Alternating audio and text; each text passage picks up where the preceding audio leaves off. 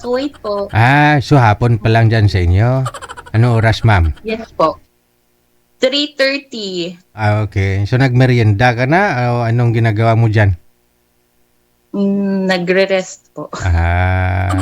Pagpahinga, oras ng pahinga, wag na mag-cellphone. Sino po kasama mo? Ilan po kayo dyan? Ilan ho kayo? Dalawa.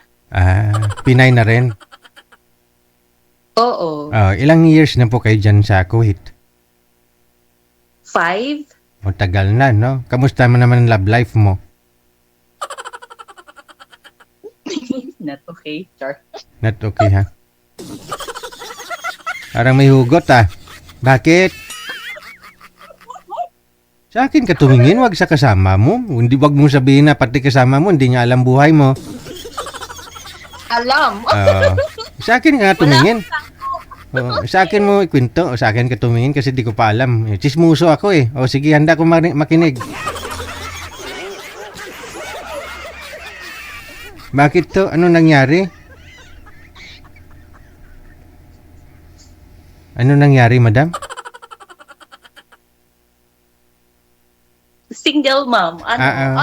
Siguro, hindi swerte or wala talaga. Ilan po anak ninyo? Isa. Isa. Ilang taon na ho ngayon? 21? Laki na, no?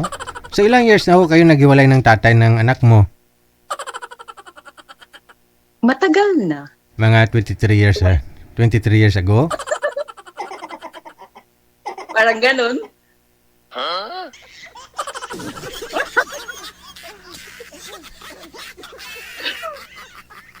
Ngayon, nagka-boyfriend ka na nun? Hindi pa? Mula naghiwalay kayo? Oo, meron. Pero Tapos? para kasi hindi mapagkatiwalaan, ganun. Hindi mo pagkatiwalaan yung mukha? Mahirap kasi yung tawag nito, yung trust mo ba? Ganun. Trust issues. Kasi malayo kayo sa isa't isa? Yes. Kung Isa din.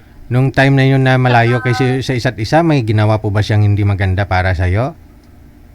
Kaya nagka-trust issues ka? Yes. Ano yun? Anong ginawa? Nahuli mo? Oo. Yun lang. Pasaway pala siya, hindi marunong magtago, nagpahuli. Okay, so ilang years na ho kayo walang boyfriend? Matagal na. Ilang years nga? Ilang years nga ni? Puro LDR. Okay.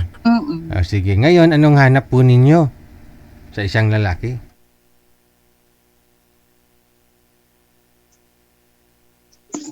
Malaki kargada? Malaki pangarap sa buhay? Ano pong gusto mo?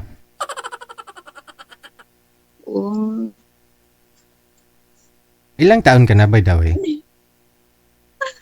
Ako is 42. 42 na. At saka, seryoso?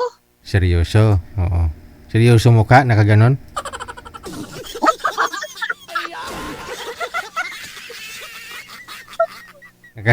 Simangot? Di naman. Okay, sige.